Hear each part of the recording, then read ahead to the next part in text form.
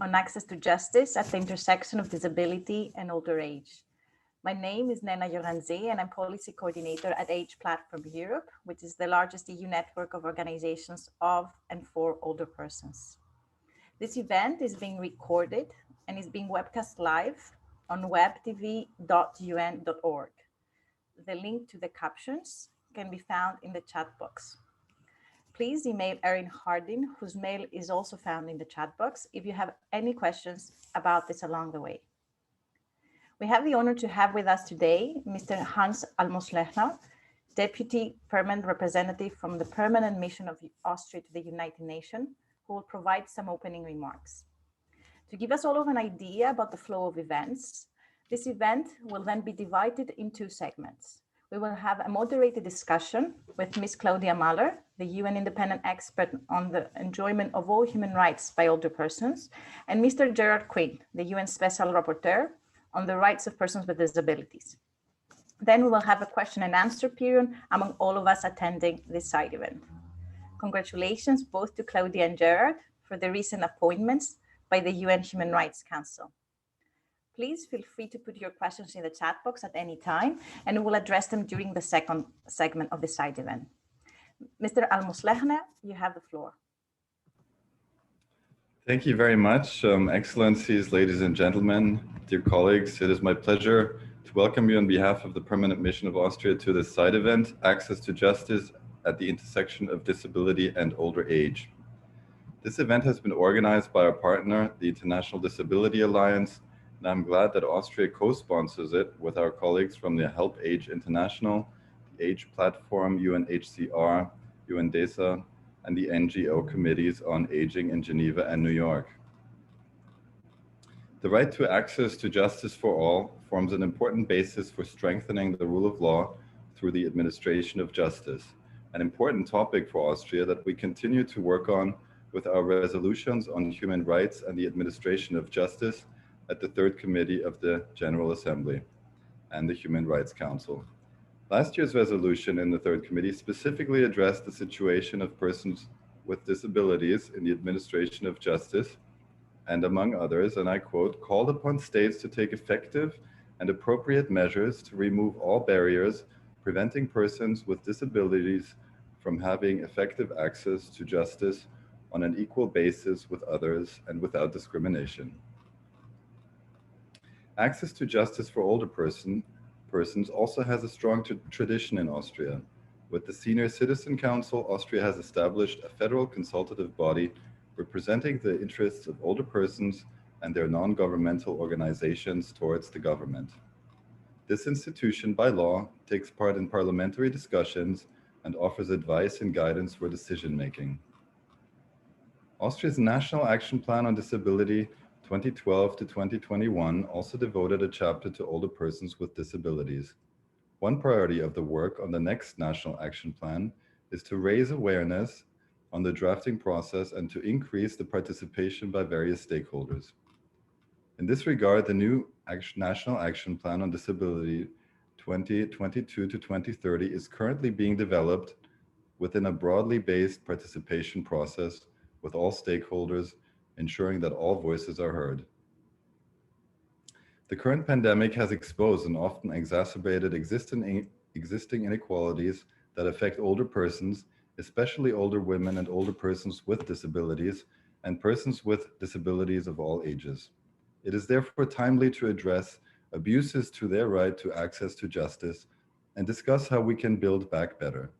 I'm looking forward to today's discussion with UN independent expert on the enjoyment of all human rights by older persons, Ms. Claudia Mahler, and the Special Rapporteur on the Rights of Persons with Disabilities, Mr. Gerard Quinn. I thank you and wish you a fruitful discussion. Thank you very much, Mr. Almoslechner, for your support to this event and these opening remarks. And of course, you have provided us with a very interesting frame, an important frame, just highlighting how broad the right to access to justice is, and it expands well beyond its judicial aspects. So let's turn to Claudia now. Claudia, what does access to justice mean for older persons, and why is it important for the equal enjoyment of their human rights? Thank you, Nena, for the question. And also let me, first of all, thank all the organizers for inviting me. And I also want to wish you all a good morning, good evening, and good afternoon. I was really delighted when the organizers asked me if I would like to join an event to have a conversation with my colleague, Sherrod, the Special Rapporteur on the rights of persons with disabilities. I can tell you why. I'm looking forward to this meaningful exchange.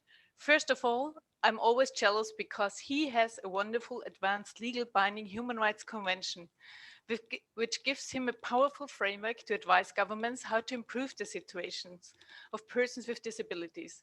And secondly, I'm always grateful that he can give us advice how we can achieve the goal to get better protection for older persons. For using the tools we have included the CRPD in the most effective way, and to lobby for a comprehensive legal binding instrument to close the remaining gaps. Gerard has been a part of the success story of the development of CRPD and can give us valuable hints how to realize our vision. But coming back to the question, access to justice and legal assistance are essential to achieving an age-friendly society where older persons are valued and respected as participating actively in society. I very often heard from governments that access to justice is a basic principle of the rule of law and does not need to be specified for older persons because they already have equal access to justice. But the paper prepared by OHCHR gives us relevant evidence that governments, civil society organizations, NHRIs, and UN organizations identify deficiencies and barriers which hinder older persons to fully enjoy their access to justice. We need to be reminded that it is a relatively new concept in the human rights framework, which has been spelled out in a broader sense for the first time by the CRPD. Access to justice is a crucial cross-cutting right that enables rights holders to exercise all their human rights. Access to justice involves access to the mechanism of protection, redress, and remedy. It involves to seek and provide justice in all roles and contexts. The narrow concept of access to justice is about accessing legal representation in order to access legal system and outcomes. Traditionally, these rights generally guarantee equal access to an independent and impartial process and the opportunity to receive a fair trial when the individual's liberty or property is at stake. But from my perspective, it needs to be seen as a broader concept. We need to integrate access to information and access to services and legal representation. Access to justice involves inclusion and participation in mechanisms and processes of justice at all levels. I hope this was a long answer to your question, but it spelled out a little bit how broad the concept of access to justice is. Absolutely. And I think this is essential for our discussion today in terms of thinking it in this cross-cutting way and just how important access to justice is not the right per se, but really a prerequisite for the equal and just enjoyment of all other human rights. And like you, but also Mr. Almos Lechner mentioned before, it is about equal participation to society. And thank you for spelling out also some of the particular elements of this right when it comes to older persons. So Claudia, you also briefly mentioned in your answer that older people face specific barriers in terms of their access to justice. So would you like to expand on what you see as this barrier in your work as independent expert and what it would look like this would right to be equally realized for older person? How would it change in this and address these barriers? Yeah, also not an easy question, but I will do my best. Ensuring access to justice requires not only effective remedies, but also enhanced awareness by older persons of their rights and the available of legal aid. Older persons require access to legal services and legal information is crucial for them to be able to exercise their human rights. It is also essential that the specific needs of older persons in terms of accessibility, for example, as a barrier, be adequately taken into account. Measures in this regard should include preferential treatment of older persons in judicial proceedings, the provision of adequate information in an age-friendly and easy understandable manner, and the removal of physical barriers in court buildings is also needed. It is also important that members of the judiciary receive training on the rights of older persons and to be able to bear in mind the diversity of older persons and the intersectionality of the group. We have also seen during the pandemic that the crisis had an impact on the right to access to justice. The pandemic has had an unprecedented effect on the functioning of the judicial system. Courts were closing, are reducing or adjusting their operations, which can negatively affect the provisions of timely and fair hearings, contribute to increased case backlogs, and lead to longer judicial administrative proceedings. Older persons must have access to legal information and an understanding of the court procedures in order to realize their rights. If access to justice is available on an equal basis, then older persons would have unhindered access to all stages of proceeding. For older persons, it is not easy to case a file. It is vital for them to ensure that they can receive the necessary legal support, especially if they do not have enough resources to pay for them. Older persons need to be empowered also to use the digital technology, including video conferencing facilities, and to communicate by telephone or with Messenger's app to enable them to adhere to physical barriers or distancing measures, what we have seen in the current crisis. Procedural accommodation need to be made for older persons, in particular those with disabilities. In many crisis contexts, connectivity and access to the internet may be limited, and there is often a clear gap in the digital access affecting older persons. I always had the idea that it might be crucial also to establish an independent and impartial entity, procedure, or body, possible within an existing independent body with the mandate to examine complaints pertaining to older persons. It is also important to apply the jurisdiction of an independent body, such as an ombudsperson or an optional protocol to the Convention Against Torture or other cruel, inhumane, or degrading treatment or punishment, and to consider its specific application to guarantee safe care for older persons, including in residences for dementia, for persons with dementia. I would say the legal safeguards and oversight mechanism must be in place to ensure that any derogation from or restriction or limitation of rights does not continue to identify and that states protect and ensure the enjoyment of all human rights by older persons. Barriers which are very often mentioned for older persons are ageism, age discrimination, financial disadvantages, inadequate social security, the lack of expeditious justice system, social, digital, and financial exclusion, lacks of expertise, restricted access to legal assistance, also power imbalance in modes of the representation, and those are also including the loss of autonomy and independence. All these barriers needs to be overcome to ensure that older persons can enforce their rights. Thank you. Thank you, Claudia. And indeed, it's not an easy answer, but you did manage to give us quite a far-reaching, let's say, scene in terms of those barriers that have also been highlighted in all the inputs that we have received for this 11th session. Identifying challenges, including, like you said, physical access, lack of reasonable accommodation, lack of affordability, delays, impact of digitalization, of course, cultural norms and ageism. We'll hopefully have the opportunity to delve more into depth into those during our discussion. Now, Gerard, you have been involved both in the drafting and negotiations of the Convention on the Rights of Persons with Disabilities, the CRPD, and of course its monitoring and implementation. So I would like to ask you, in your views, how has the CRPD had an impact in terms of changing states' laws and improving persons with disabilities' access to justice? Thank you very much, Nina. And like Claudia, I'd like to thank the organizers and the permanent representation of Austria for putting on this really interesting space today.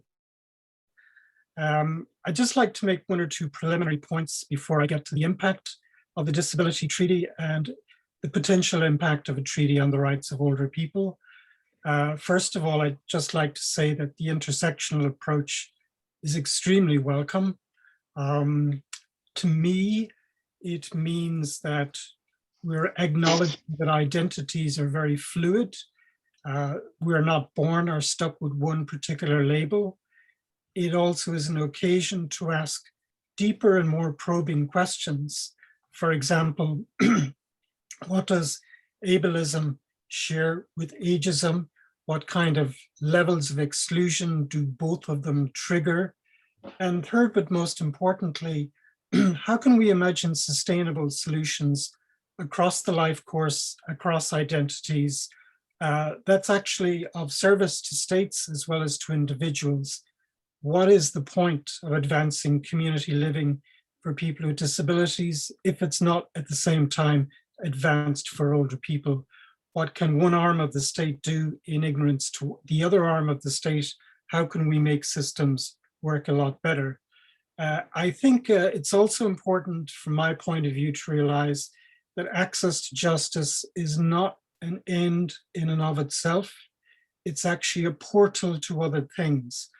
And the most fundamental of these is recognition as a person, that you can use the law both as a sword and as a shield in order to be able to fend off others, whether private parties or emanations of the state, and to use it as a sword in order to effectuate your own choices in the world, so that the world respect and honor your autonomy and your dignity and so forth. If the deck is stacked against you, if either ableism or ageism weighs down the scales of justice, then that's not only bad in and of itself in terms of accessing justice, but it makes it less likely that your full spread of human rights that you notionally enjoy as a human being will you actually be able to equally enjoy. So it really, really is important to have access to this portal, both substantively and otherwise, because otherwise the full spread of rights is rendered illusory and not actually real. And I think, as Claudia was intimating, that there are many, many different ways in which both ableism and ageism weigh heavily on the scales, not only in the criminal process, but also in the civil process. We have a very detailed list of international principles and guidelines on access to justice for people with disabilities, issued last year under the aegis of my predecessor as UNSR. This would not have been possible were it not for an article in the Treaty on the Rights of People with Disabilities on access to justice, a very innovative provision. So the treaty provision was a trigger that enabled people to ask the right kinds of questions about what is the impact of ableism on the legal process, what are the particularistic barriers, whether they're process-based or substance-based, or have to do with more general rights of access, for example, to legal representation, and how can we reverse them? So to me, the convention was the absolute trigger to enable those deeper questions to be asked. And hopefully the guidance given to states is very concrete in these provisions. I'm sorry, that was a very long-winded answer. Back to you, Nina. No, I think that was, again, very, very important in terms of kickstarting this discussion and showcasing those both conceptual and procedural and substantive aspects of the right to justice, and how a convention can really be a trigger, like you said. So, Gerard, you mentioned in the beginning also the aspects of intersectionality, and you started discussing ableism and ageism. So how do you see this intersection between ableism and ageism playing out in terms of barriers to access justice for older persons with disabilities more specifically? Yeah, I think there's an uncanny similarity between both, and what I mean by between both is in terms of the concrete obstacles experienced both by older people and people with disabilities in both the criminal process and in the civil process. For example, in the criminal process, both older people and people with disabilities have their testamentary capacity put in doubt or in jeopardy. The probative value of their word tends to count for less. They're not taken seriously as quote unquote reliable witnesses. They're not taken seriously as victims of crime. And the police are relatively insensitive to the difference of age and disability. That is by no means to blame the police. That is simply the legacy that we're left with. In the actual process itself, people with disabilities, and indeed a lot of older people, find the legal process off-putting. It's not accessible. It's not accessible to the average man on the street, let alone an older person or a person with disability. Even the symbiotics, the symbolism of the justice system is rather disquieting in terms of the architecture of the buildings, the sheer inaccessibility of these buildings. The rules and practice of procedure tend to make very little allowance for the difference of age or the difference of disability. And indeed, the substance of the law may be rigged against, subtly, not ostensibly, but subtly rigged against older people and people with disabilities. And if you're looking at the kind of outcome of the criminal process, there are no diversion programs for older people, or very few, or people with disabilities. There's very little acknowledgement of ongoing needs, very little reasonable accommodation, for example, in prison systems. There's no consciousness that an older person or a person with a disability are going to face additional difficulties in reintegrating into society. And indeed, in the civil process, very little is done to enhance legal literacy amongst older people and people with disabilities. There's limited availability of legal aid in order to pursue claims, and there may be some positive deterrents in going to court. For example, after COVID, we've seen a lot of problems with respect to services for people with disabilities and older people. We've seen a lot of problems in terms of unequal treatment in the healthcare system. And we've seen a lot of problems in terms of institutionalization. It's the deterrent of going forward to sue an entity like a service provider on whom you're going to have to rely makes it incredibly important, as Claudia said, that we think through the system, the ecosystem. We cannot rely exclusively on individual suits. We have to create space for class actions. We have to create space for actio popularis. We have to create space for independent entities like national human rights institutions to, as it were, take up the case of people whose voice is diminished, like older people and people with disabilities. And indeed, in the civil process itself, there is very little difference, allowance made in civil procedure for people with disabilities or older people. And sometimes the discovery process is extremely intrusive on the private lives of older people and people with disabilities. So whatever way you cut it, ableism and ageism wear down very heavily on the legal process. And I keep coming back to the fact that at least we had the trigger of Article 13 in the Disability Convention to begin asking the right questions, which of course is a precondition to putting in place the right kinds of policies. Thanks, Gerard. And I think that there are many important points there, but what I'm taking out also as well is that ableism and ageism, they intersect, but they're also distinct on the one hand, and they need also different responses, but also different questions in terms of reframing our policies and our systems.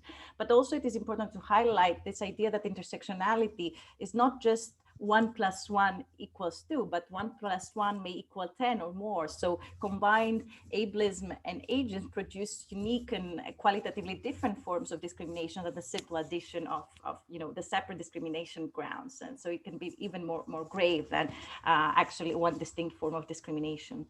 Claudia, you mentioned before different ways in which you feel that existing guarantees need to be expanding to address some of these practical and legal challenges that you mentioned.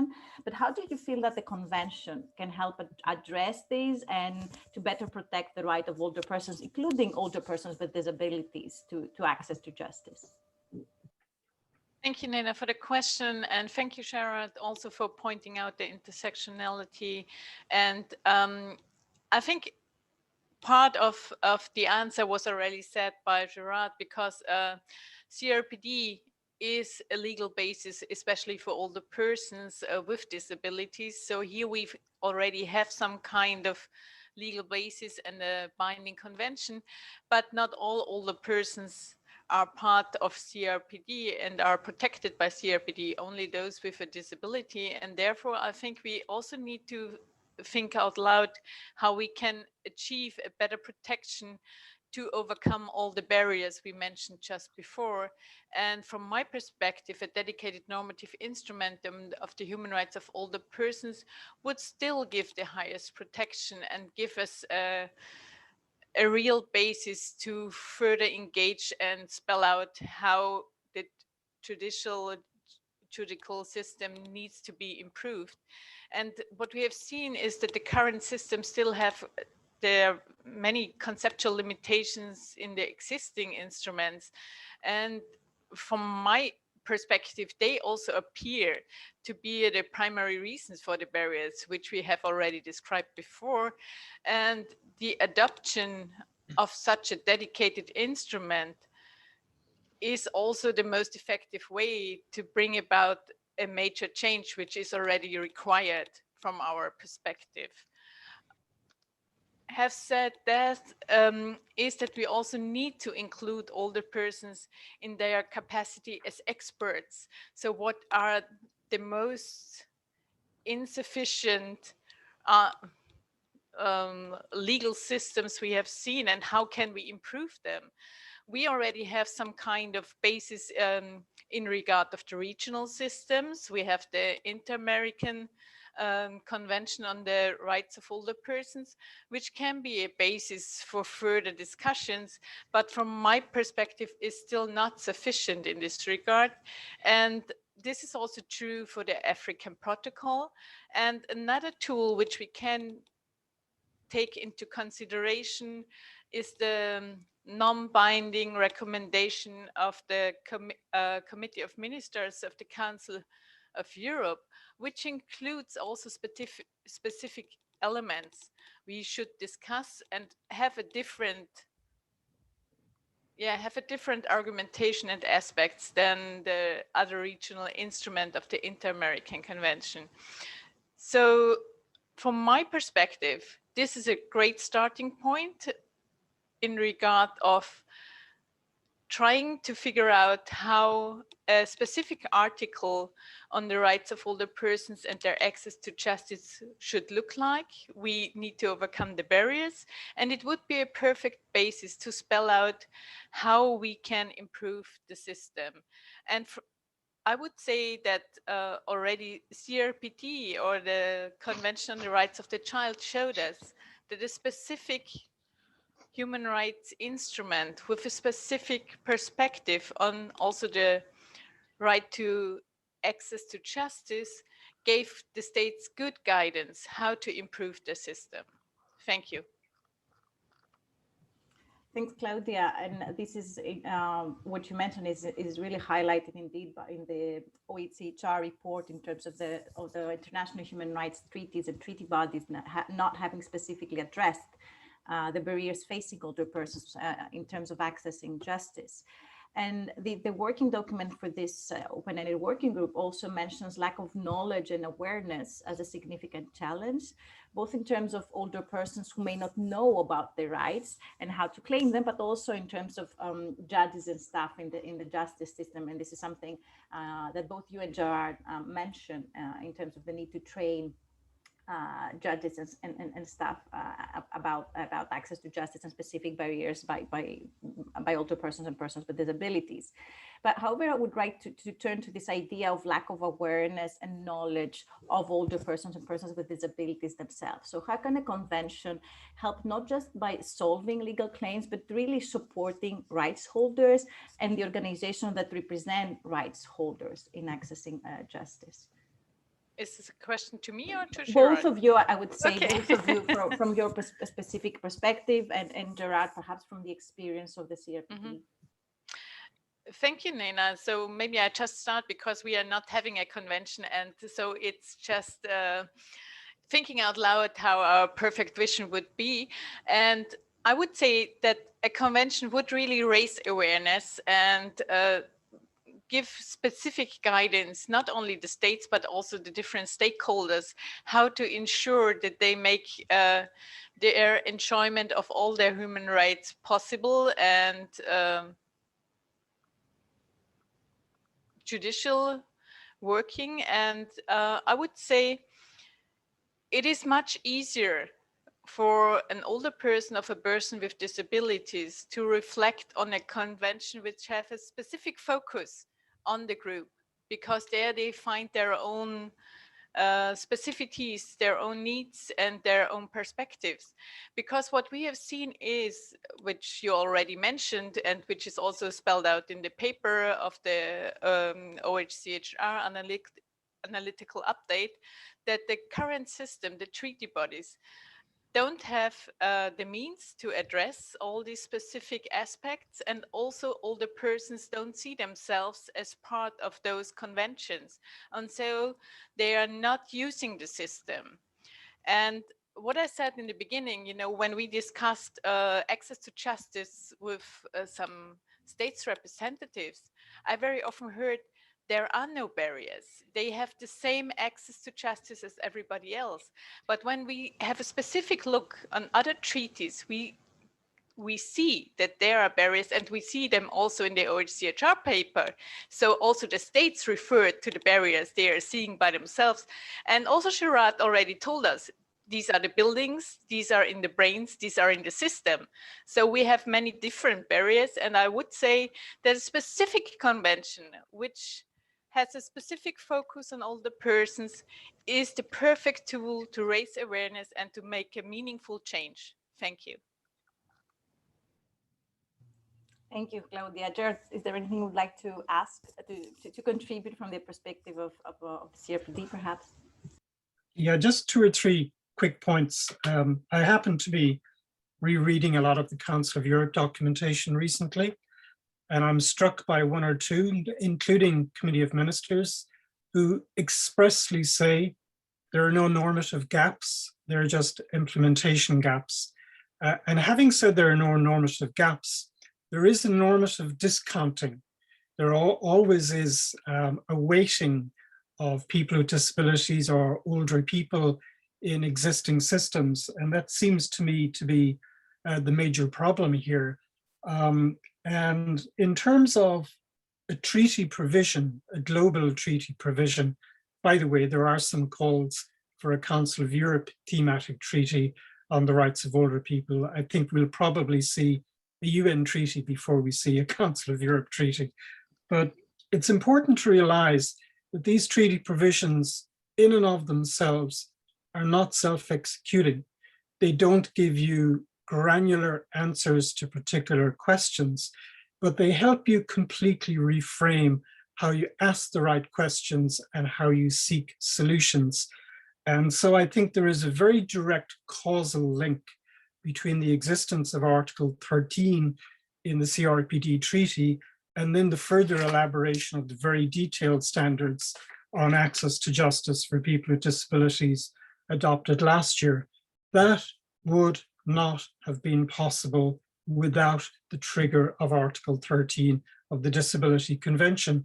Now, I would see ableism and ageism working out slightly differently in terms of the particular obstacles faced and therefore the particular solutions required.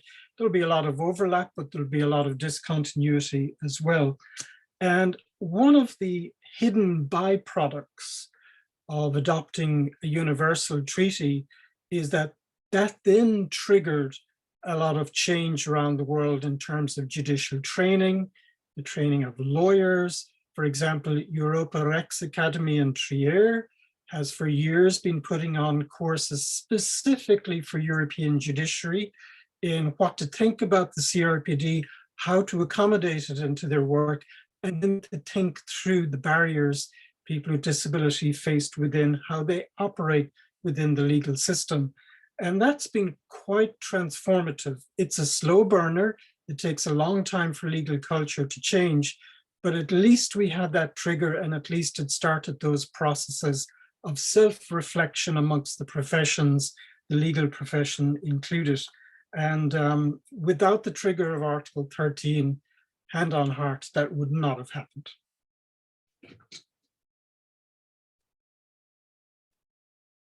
Thanks, Gerard. And I think this comment even goes perhaps beyond the specifics of access to justice when it came to the CRPD and the frame that it provided. And one of the issues that at least I see in my work in terms of a barrier to access to justice is not the legal proceedings per se. It is the legal proceedings, but it's not only the legal proceedings. It's also the lack of a legal framework. When we lack an explicit prohibition of age discrimination in all areas of life, when we accept justifications in terms of age discrimination more largely and more easily than for other forms of discrimination, when we lack the same standards in terms of the right to live independently in the community for older persons compared to other parts of society, other groups in society, then we have really what we see is ageism embedded in the laws, embedded also therefore in the legal system and in the case law, as we see coming out of this law that we try to apply. So I guess that what you're saying in terms of the CRPD providing this frame that allows us to analyze and ask the right question and seek different solution has to do with that, right? And it's not specific to access to justice as a right, but really to the full enjoyment of rights. Yeah, I'll be very brief because I know time is of the essence. But one of the big difficulties with the ableism has been a very subtle problematization of the person. If you can't live in the community, maybe it's something to do with you. So it stopped people asking the deeper questions. What is it about social arrangements that make it impossible for you to continue living in the community? I think we've largely dealt with that in the Disability Convention. So the Disability Convention is about uncloaking the person behind the mask and de-problematizing the person. I still think that older people are still problematized, even in the language we use, even in policy documents. Even if you look at some Council of Europe instruments, they say you have a right to live aging in place for as long as is possible, or as long as you wish. Of course, your actual desires are very much shaped by the architecture of choice you face in your life. And in any event, it takes the focus off where the intention should be, which is what is the quality of the supports we put in place to enable you to live longer in your community. So it's the problematization of people that we're trying to reverse. Thanks, Gerard. And Claudia, you mentioned that you received this question in terms of, the existing system is enough. And sometimes specifically, we hear that also about the CRPD in terms of, implying basically that the barriers that face older people have primarily to do with the increased risk of developing disabilities. So how do you react to that? And we have had some questions in the chat that go into that direction, saying that, how to best include older people in the mechanisms of the CRPD, but also how to ensure that the differing needs of those aging into disability and those aging with disability are including.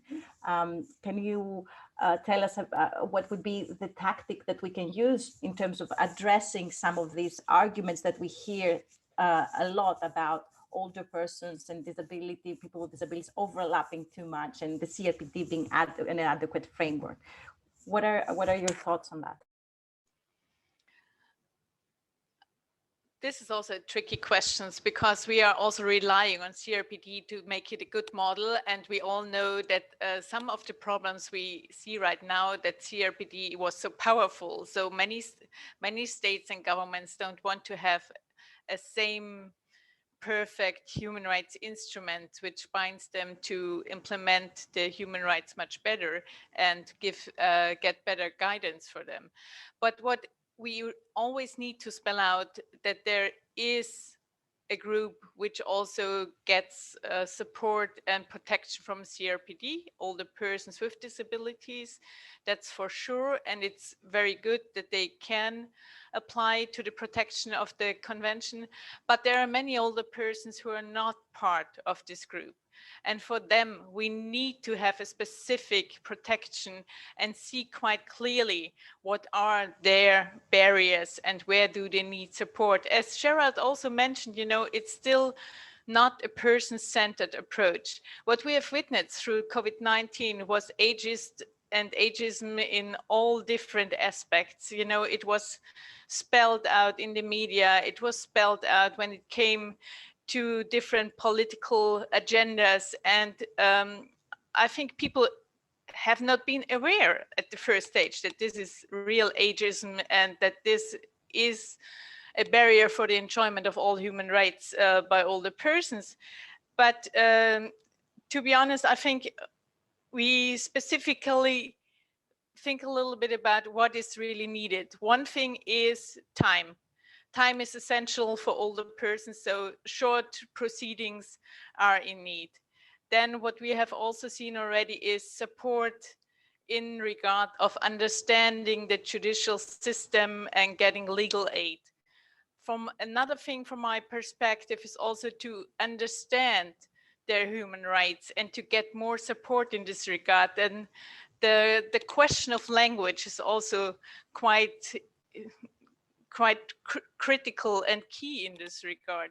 We have seen so many different approaches which don't consider that it's not easy to understand how to get access to the proceedings and where do they get the information which is timely and is it really effective for them. As Gerald already spelled out, it is more like a burden to go to the court and try to get their rights in practice, because in the end it might not work out for them. And these kind of aspects are big barriers for them, and we need to address them step by step and also consider and consult with older persons in their sense, what is their major obstacles in this regard. We can only do it as a practical consultation with meaningful participation of older persons to find out exactly how we can achieve a better solution in this regard. Thank you. And Jared, and how have you, thank you, Claudia, and you have identified all those particular obstacles for older persons that are not adequately covered by the CRPD. But as we're speaking, I was thinking that perhaps Jared has something to add on that in terms of how you have perhaps responded when you were drafting the CRPD in claims that, you know, the system is already sufficient. And we do not need anything more. You know, there are no normative gaps. This thing that we keep on hearing. I understand that you dealt with this in a different way when you were drafting the CRPD, right? Well, we weren't confronted with the argument that perhaps we will move forward if you can establish there are some normative gaps. That really wasn't the question of the day. It was assumed by all that rights being universal, the normative gaps either didn't exist or existing norms could be stretched to encompass the situation of people with disabilities. The real problematic was the implementation gap, that ableism had kind of weighed down the otherwise universal principles and diverted them or diverted attention, and that there was no deep logic to the norms, that they weren't stretched by the relevant organs to actually reach the particular situation of people with disabilities. So in one sense, the task facing the drafters was a very mechanical one. Where are the implementation blind spots, if I could use that word politically incorrectly? What accounts for the particular blockages in those areas?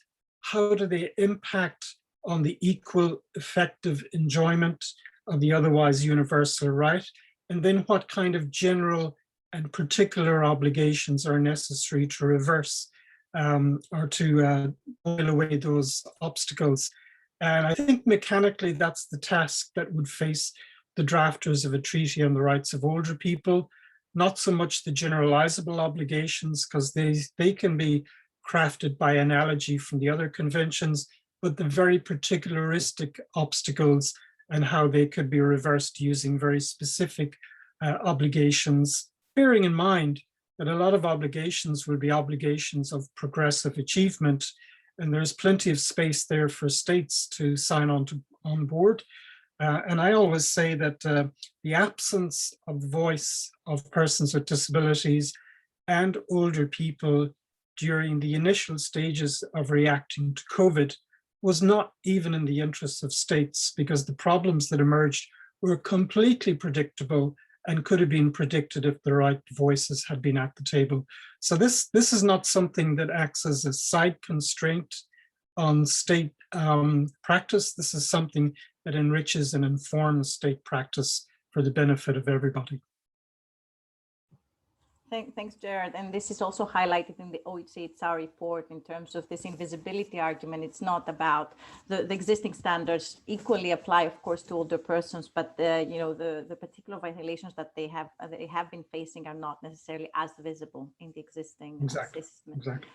I want to bring forward a question that we have received from Bridget Sleep, saying, could you talk about the value of a new convention clarifying that older people's legal standing and legal agency is guaranteed on an equal basis with others and cannot be denied on the basis of older age alone or in combination with other factors, just as the CRPD does for disability? Either of you, whoever wants to take the floor.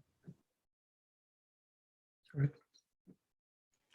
Now you can start, Gerard, if you want.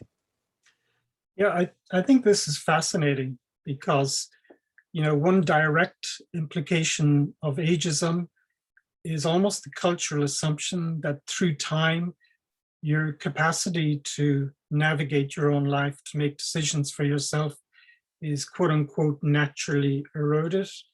So even where the law doesn't intrude or doesn't take away your autonomy or your legal capacity, third parties, maybe family members, informally assume that they have that power and that right over you, not only your property, but also your personal choices and personal destiny.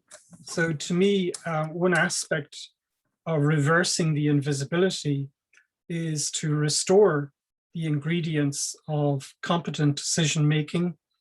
And if they're not fully there, find ways to augment them rather than to use it as an occasion to take voice away. It always struck me as odd that if there were some weaknesses with respect to you expressing your voice, that those weaknesses would be used as an occasion to take voice away completely. In fact, the reverse should be the case. We should be inquiring, what do we need to put into place in order to enable you to continue to make the decisions you make for yourself? And actually, some of the smaller ones are the more important ones over time, like when to go to bed or what kind of breakfast to have and so forth.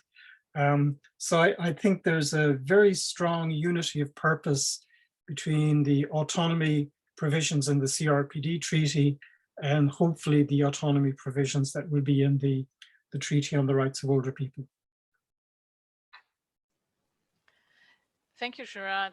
I think I would like to add one more thing. We very often hear the excuse in the best interest of the older person. So I remember also that we had this discussion when we discussed legal capacity in regard of older persons in the Council of Europe's recommendations. And we always heard that there need to be some protection because of the best interest of older persons. So this already implies that the older person is not capable of to do their own or to make their own decisions. And it was not thought, as you already said, how can we assist this kind of process to make their decisions heard, their own ideas spelled out, if this is just a problem. And I fully remember that this was one of the major points we discussed during the drafting of the recommendations. And I still think we didn't overcome these kind of negative images of older persons. And still we see CRPD did also trigger this discussion. But from my perspective, we did not really overcome these negative images that older persons are not rights holders till their end. They are still seen as beneficiaries in the system.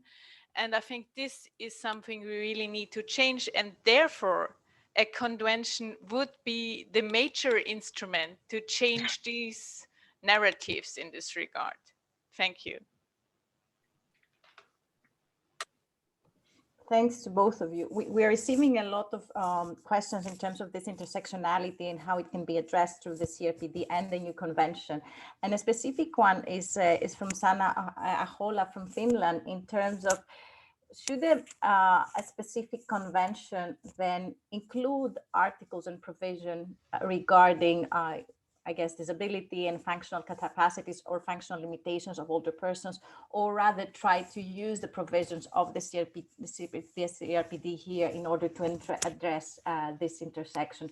How to go about doing that? And that is an interesting question, especially bearing in mind that we do not have in the CRPD an article on older persons with disabilities like we have for women and children, for instance. So how do we address the overlap without reinventing or perhaps putting into question existing standards? How should we go about doing that?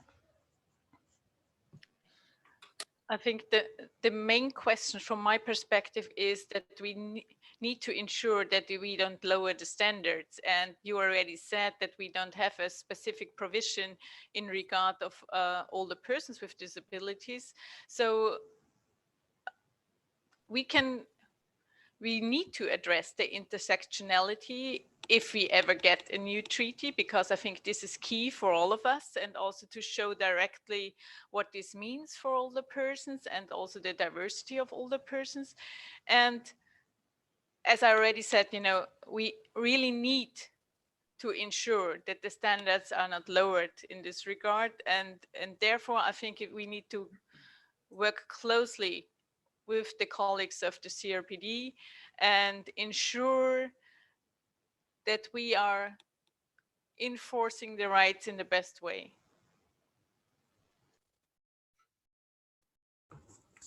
Jared, is there anything you would like to add before we move into the Q&A? Yeah, just two very quick things. When we started drafting the Disability Treaty, we thought it would just be an equality of opportunity tract or a non-discrimination tract. What we quickly discovered, pushed by civil society, was that the reason we have these unequal treatments in various domains, education, transport, is because of lack of respect for personhood. So I think the personhood and autonomy and human agency issues should be front and center in any treaty on the rights of older people, because that's the most direct way of trying to reverse the problematization of older people. I remember being present during the drafting of the Disability Treaty where somebody was making the argument that older people should receive more prominent mention, but it was only one person in a room of about 200. And so the agenda quickly crowded over that. And it was simply down to the lack of having voices in the room. I remember thinking to myself, that's wrong, will we pay a price for this? And I was totally right. The convention makes a stab at intersectionality. It just opens the field, but it doesn't explicitly include, for example, Indigenous persons with disabilities or older persons with disabilities. That's not to preclude the committee developing that jurisprudence, which in fact it is doing, but it would be much better if the Treaty on the Rights of Older People right from the get-go adopted a very intersectional approach. And I don't see any negative implication of the Treaty on the Rights of Older People, including a specific article on older people with disabilities. And in fact, I see a lot of positive bridges that can come from that, intersectional bridges between both instruments and indeed other instruments as well. Thank you, Jared and Claudia. I will now move to the Q&A section. So I would like to ask those of you who want to take the floor to raise your hand by using the participants tab, which is at the bottom of the list of participants. And we have already received a request for the floor by Ms. Laura Mills. So would you like to take the floor and make your comment or ask a question? Hi, thank you. Can everyone hear me? Okay, well, thank you so much to the independent expert and the special rapporteur for this very interesting discussion. My name is Laura Mills. I am a researcher at Human Rights Watch, currently working on older people's rights. Last week, we published a report about neglect and abuse of nursing home residents in the United States during the pandemic. We documented several really horrific cases, including severe weight loss, dehydration, infected bed sores, and some leading to death. We documented substandard hygiene and widespread physical, mental, and emotional decline. And the report points out how short staffing combined with the absence of family visitors to create a sort of perfect storm in terms of negative or poor quality of care. In addition, nursing homes became very untransparent during this time as monitors and advocates were largely locked out. Unfortunately, despite all of this, more than 30 states in the United States have passed measures that prevent people from filing lawsuits against facilities for any concerns, even tangentially related to the pandemic. In fact, just this week, we are learning of yet another state, Arizona, that is trying to do this. These laws are often broad and they protect facilities in cases of neglect and abuse as long as they're somewhat related to the pandemic.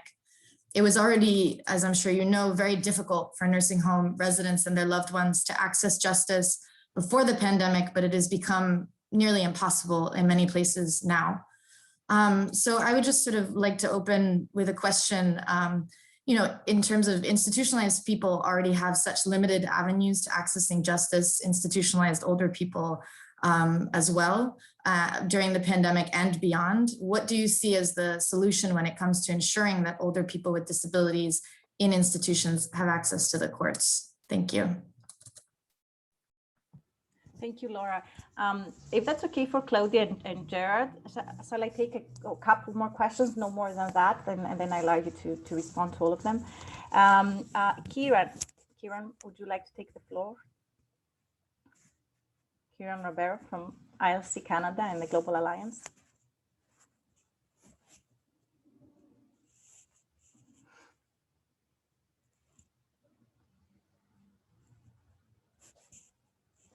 Kieran?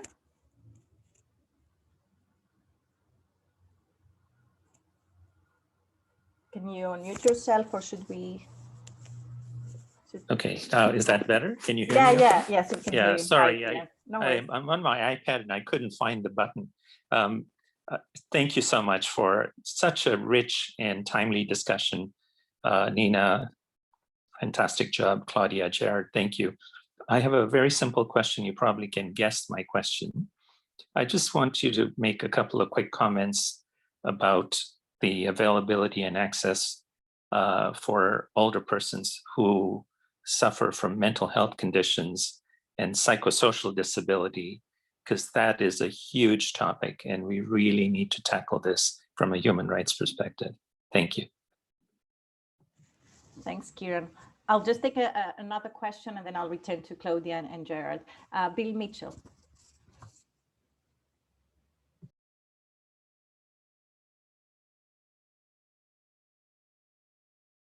Bill, you have the floor.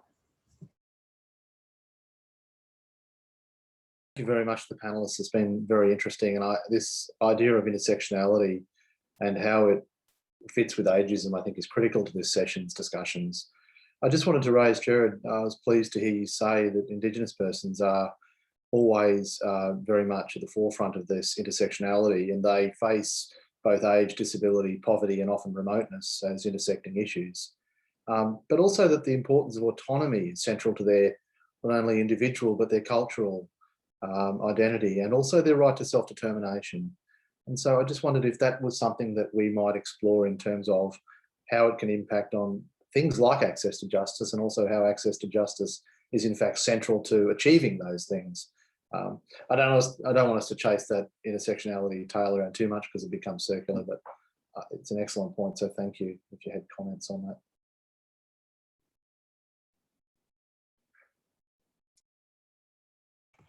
Okay, thanks a lot, Bill. Claudia, Jared, to you. Who would like to start? Claudia. Yeah, thank you, Jared, for giving me the floor. And Nina, thanks for the excellent questions. And I knew about the study. Thank you, Laura, to raise awareness once again on your outcomes. And from my perspective, what we always learned about the institutions is the closed club. It's so hard to get into the system, and if there are no procedural mechanisms in the system, it's hard to get access to legal advice. And this is why I try to introduce a kind of specific body for older persons, especially in care homes, to get easier access and also to get legal support in this regard. I think when it comes to systems where they have ombudspersons for older persons, especially for persons in care homes, the access to justice is a little bit easier for them because it's not the judicial system, it's a stage before it, and you get access there, and it's really helpful in this regard. And what you also mentioned is that the missing link to their specific networks in regard of their family and friends and people from the outside. I think this is critical, and it's also key, because if you're part of the systems, and many of the carers are, or care personnel are part of the system, they also don't know where to go if they are witnessing the violation of the human rights of older persons, because it's not part of their ideas how the system works, and they sometimes even don't have access for their own rights. So what we also need to bear in mind in this regard is that it might be useful to also think about how we can strengthen the human rights of the caregivers in one perspective. So it might be easier for them to give support to the person they care for, and make the rights for the person in the care homes available and easy accessible. Because from my perspective, what I very often learn is that especially persons, older persons in institutions and persons with disabilities are not aware of their rights, and they don't get the legal aid to go to court or to go to a lawyer to exercise their rights. But I'm sure that Gerald has also some things to add to in this regard. And thank you, Bill, also for once again raising awareness to persons with indigenous older persons. I know you raise this issue very often, and I think it's very helpful to get all the examples from Australia and also from other parts of the world. And if it ever comes to the drafting of a new convention, I think this is also a key part of the intersectionality we have to focus on, and then we really rely on your insights in this regard. Thank you. Thanks, Claudia. Up to you, Jared. Yeah, thanks for the questions. Really great. Laura, this is something that concerns me greatly, because of course we may make a lot of headway on community living deinstitutionalization for people with disabilities, but still find that the institutionalization industry, let's put it that way, for older people is growing and not shrinking. I don't know if you noticed, but about 6 months ago, our Prime Minister in my country, Ireland, came out publicly and said that we've got to think about the future of long-term care for older people the way we have thought about it for people with disabilities, that is to say, deinstitutionalization. I think he was the first prime minister in Europe to explicitly say that on the record. And what's really interesting to me, reading a lot of the policy documents from, for example, the Council of Europe, there's a steady but inexorable trend whereby long-term care is being slowly disassociated from institutional or residential options. And I think that's exactly the right way to go for older people as well as everybody. On the related issue of limitations on rights to sue, I would be fairly confident in saying that would not be consonant with international law. There's probably deals being done in domestic legal orders whereby monies are being poured in, but only on the understanding that private actors would be indemnified against legal suit. I'm not sure how well those deals would stand up, at least with respect to international legal scrutiny. Kieran, a very interesting question on mental health. I'd just like to make you aware that the World Health Organization is about to adopt a very, very substantial study on alternatives to coercive approaches for mental health, which of course affect older people as well as people with disabilities. It's one to watch in the field, and I think will contribute to really changing the field into the future. And Bill, your question on indigeneity also touches a raw nerve, because I feel kind of guilty that we didn't do enough in drafting the Disability Treaty to cover that angle. We did have some great Indigenous advocates from New Zealand and from Canada present, but they didn't have the impact that otherwise they should have had. And one of your compatriots, Kelly Johnson, has written a book on culture and the UN CRPD and how it translates differently into, for example, Indigenous cultures. And that's my Bible, one of my Bibles in trying to explore this field. And I would express the hope that if you ever get around to drafting the treaty on older persons, this element of it, of intersectionality, amongst others, would be key to that actual convention. Should I also say I'm fascinated with how indigeneity also spans with other issues like climate change, and with the whole general issue of how you receive general universal norms into very different cultural contexts. So it's important and fascinating at a number of levels. Thank you. Thanks to both of you. We have one last question from Christina. Christina, please make it brief because we need to slowly wrap up. Christina Raj. A very good morning to everyone. Am I audible, ma'am? Oh, all right, Yes. Thank you so much. Well, I just wanted to know, is there any representation or is ichthyosis considered under the physically challenged category? Because we actually we have severe impediments and we are made to stand in the sun. Wherever we go, we are treated very badly. So I just wanted to know where does it fall? Because in other places, ichthyosis, yes, it is considered and they ensured they listen to us, but here we are just chased away. Thank you.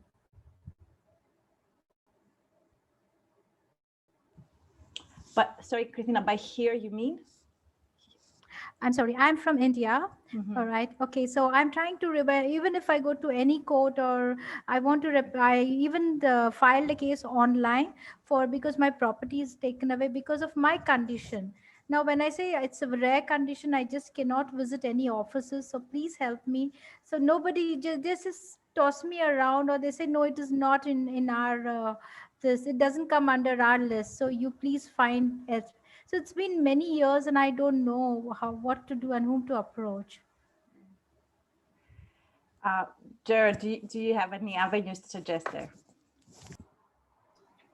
I mean, the solution under comparative discrimination law and as reflected in the UN CRPD is that if a public service is genuinely not available because, for example, it's hosted out of a historic building, that there would be an alternative way of delivering that service. So it requires a lot more fluidity in the minds of those who plan services and who deliver services. And I would be reasonably comfortable if India has opted into the optional protocol in bringing a test case on. Thank you so much, sir. Thank you. Thanks to all of you for these questions. And I'm conscious of the fact that there are also questions in the chat that we have not been able to address at this stage. But this is also points, I think, Claudia and Jared very rightly said that there's a lot more room for reflection, lots more room for improvement when it comes to both the rights of persons with disabilities and the rights of older persons and the intersection between. So this is certainly not an end point, but it is an end point for this side event. And we all have a full day ahead with an open-ended working group session. But before we close, I would just like to give the floor to Claudia and Jared to finish with one takeaway point from today's discussion. Let's start with Claudia. Thank you, Nina. I think my one takeaway point is that we need to focus more on the intersectionality, especially with Indigenous people, and also try to spell it out more closely why do we really need a convention even though we have CRPD? So I think these are the main takeaways from myself. Thank you. Thanks, Claudia. Certainly very important takeaways. Jared, up to you. Yeah, I think the centrality of personhood and visibility of persons to me is crucial and something that crosses over the usual identity divides. And I think the main takeaway for me is we have to support each other in pushing forward personhood and visibility, because we all benefit by that. And if we don't do that, we all suffer as well. Thanks, Jared. And if I can add to that, the centrality of rights holders indeed, and the need to involve them in all the discussions about the rights, including the organization that represent them, I think will be important for all of us in terms of the way forward. So I want to thank all of you who participated in this side event, to thank, of course, the sign language interpreters, the captioners, and all the organizers. There are many of them. And the event recording will be shared on the UN website and the social media accounts of the co-sponsors. Thank you very much for your attention, and I look forward to seeing many of you in other side events and in the UN open-ended working group session. Thanks, everyone. Bye. Thank you, Nina. Thank you all. Bye.